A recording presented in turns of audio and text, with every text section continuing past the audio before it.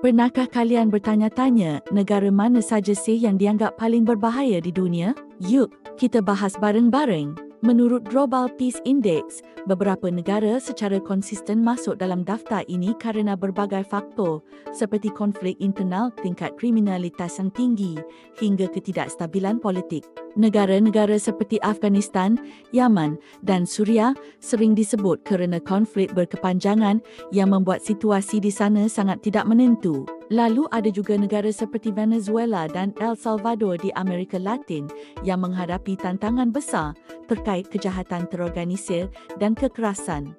Tentu saja, label berbahaya ini tidak mencerminkan keseluruhan negara atau keramahan penduduknya, melainkan kondisi keamanan saat ini. Semoga situasi di negara-negara ini bisa segera membaik ya. Gimana menurut kalian? Tulis pendapatmu di kolom komentar ya. Jangan lupa subscribe untuk konten menarik lainnya. Terima kasih sudah menonton.